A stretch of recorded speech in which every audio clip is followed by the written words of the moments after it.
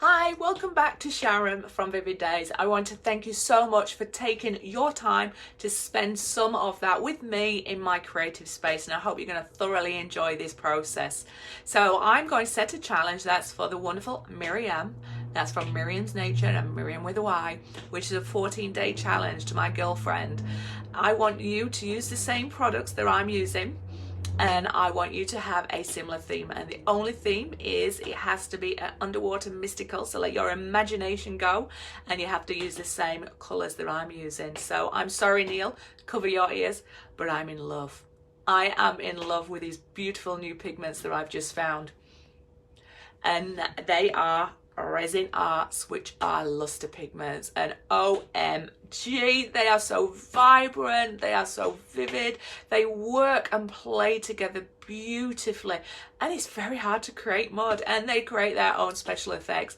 Anyway, I'm digressing because I'm Sharon, but I would love to hear your thoughts about this process. So for people that are experts on new to resin art, I've put little sections and highlighted them with layer 1, layer 2, layer 3, embellishments, review, and also mixing colour. So if there's parts of this video that to yourself you won't find interesting, skip over to the next one. However, your way of thanking me, the artist, is by watching as much of this video as you can, because I'm sharing a process, and these processes have taken hours upon hours, including the editing. So by you watching as much as you can, that's your way of supporting my channel and saying thank you. And it's a way of me knowing that you're enjoying my art out there. Anyway, I'm digressing because I'm Sharon. T-shirts will be coming soon. But yeah, sit back, relax, open up your imagination, be creative, and see the magic all around you. So Myriam, over to you. You've got 14 days to respond to my challenge, girlfriend. So currently I am prepping my board. It's a 60 centimeter round MDF board. For me, typically I make sure I coat it with acrylic at least twice. What that does is make sure that, well, it helps reduce the amount of bubbles that you get through. Some people do both sides. For me, I tend to just do one because I know I'm going to be layering this. So I chose Y mainly because no reason other than hopefully if there's anything that shows through, my pigment vibrancy will stand out. So I am using art resin, and I am going to be using the wonderful Rezin Arte Luster Pigments, and like I said before, OMG, I am in love. I would love for you to have a look at the wonderful Leslie, who is the creator of Colour Art and Rezin Art. So I believe she specializes in pigments, and I believe that they are normally eco-friendly, so non-toxic. So even though these are a pigment, the way that she makes these, the minute that they are applied to your resin, they seem to dissolve very quickly, and it's almost like you are just putting in a fluid colour in there. The one thing I noticed as I'm applying them is just the quality and the vibrancy. The purple sapphire that you've just seen, I think I actually said OMG twice to that. It's just such a yummy colour. I did try this spiced ginger, and again I love that one. You will have seen on some of them, I'm looking at them to see the consistency. You'll see that I'm adding more pigments in some, and that's not anything to do with the pigments themselves. It's just trying to get the colour that I wanted and see how they interact, and I'm just loving exploring these colours. So the colours I used is spiced ginger, purple sapphire, aquamarine, blue moon, azure mist, and I want to say Belize blues. So I typically go for 6 or less colours, but you know me, I love to pop that colour. The reason being, I wanted to see what they look like together. I wanted highlights and lowlights, and I wanted depth.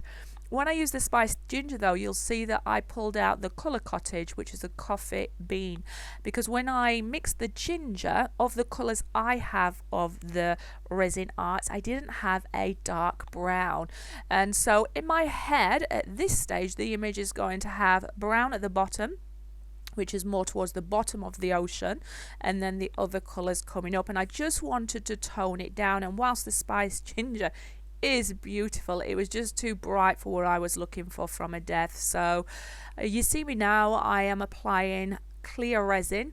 It's something I would recommend you do if you've never used resin before.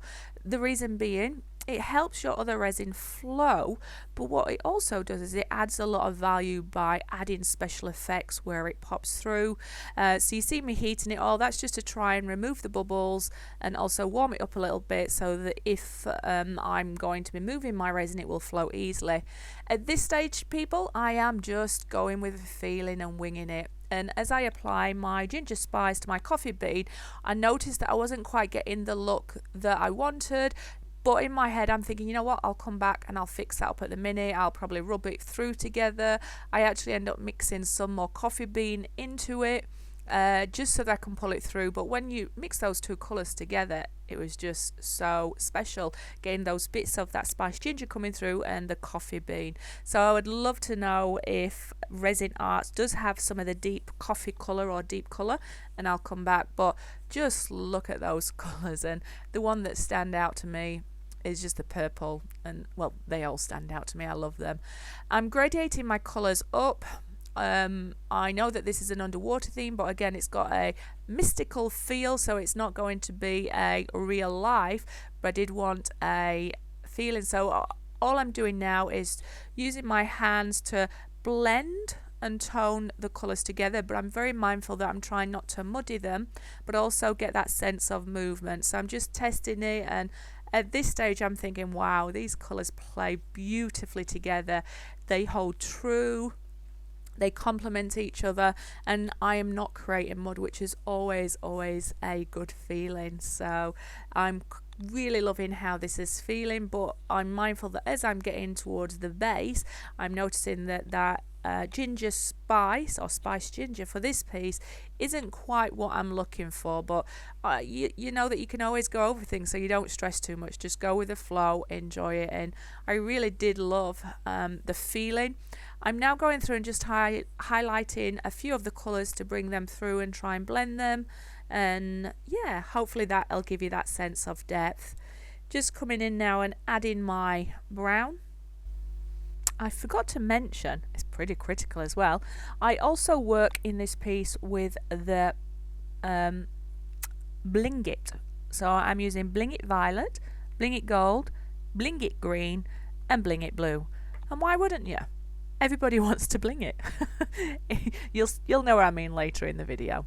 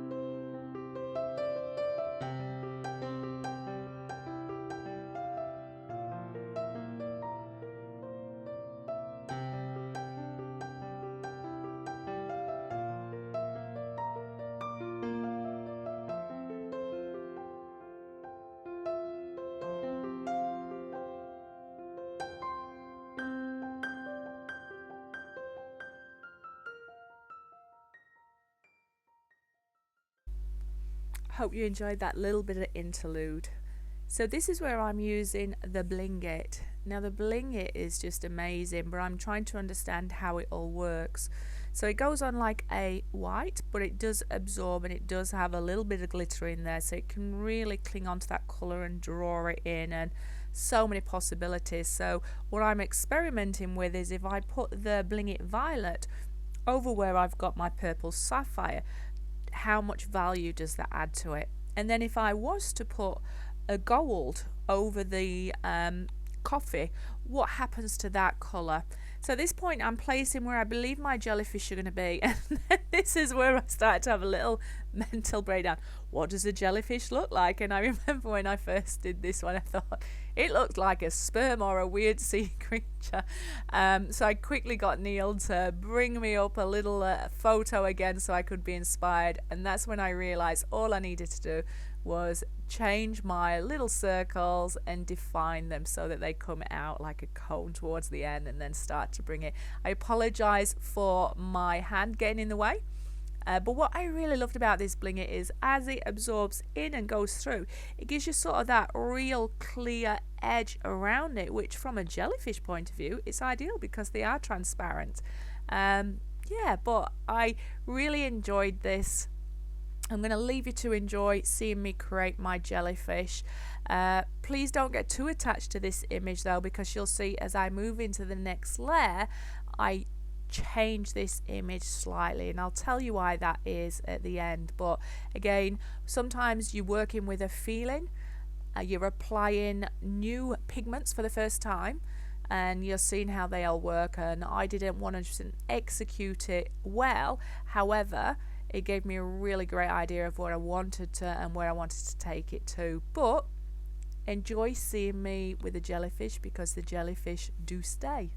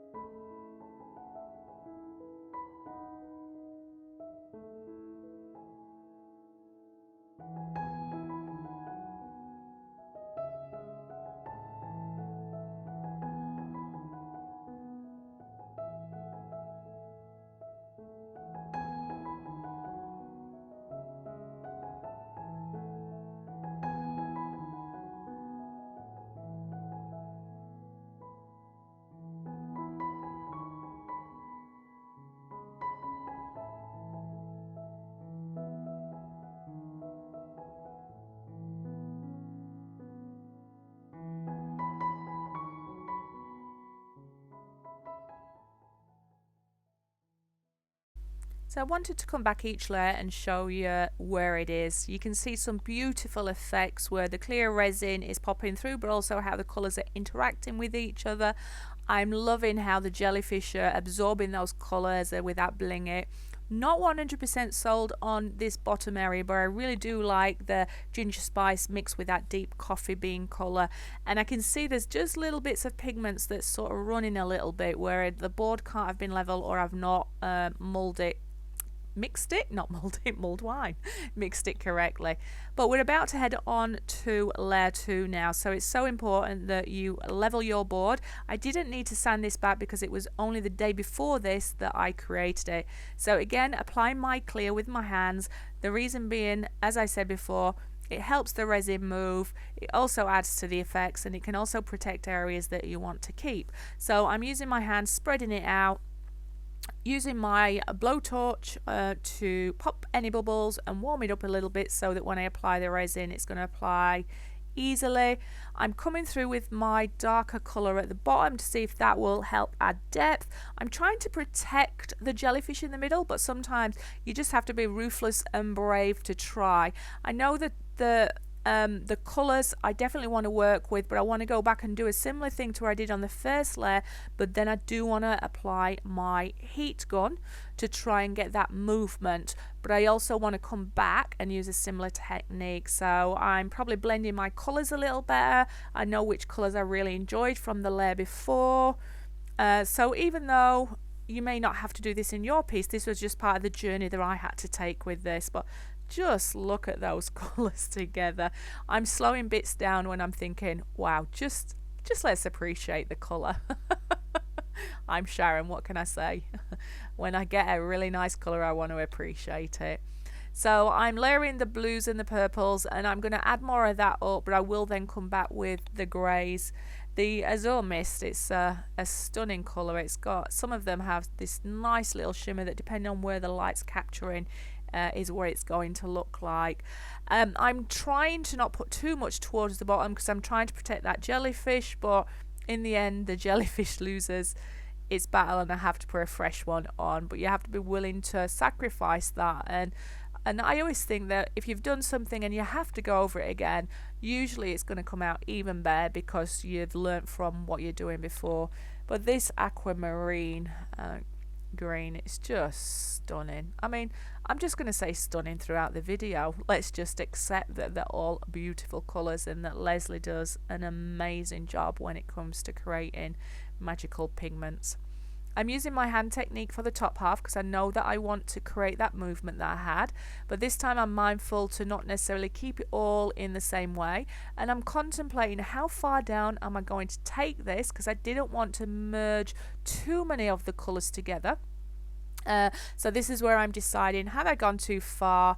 Maybe one swipe more and then come back with that heat gun. And where I really loved is when I applied the heat gun, you see some of that colour come back defined, and it helps create that really nice effect. So as you're aware, it's always important to pop your bubbles. With my heat gun, I always start on the lower heat to start with until it's warmed up, and then this is where I'm starting to push and trying to create a pattern or a movement, or try and keep this as though this is the foreground.